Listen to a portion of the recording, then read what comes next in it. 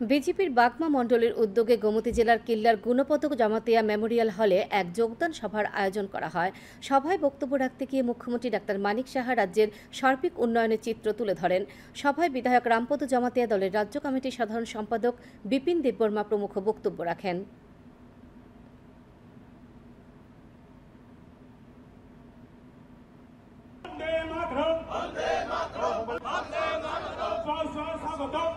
Customary ল, জমাতিয়াদের customary ল আমাদের সরকার এসে সেটা করেছে। বন্ধুগণ, মহারাজা বীরবিক্রম কিশোর মাণিক্য বাহাদুরের জন্মদিন এসেছে গেছে, কেউ কিন্তু মনে রাখেনি।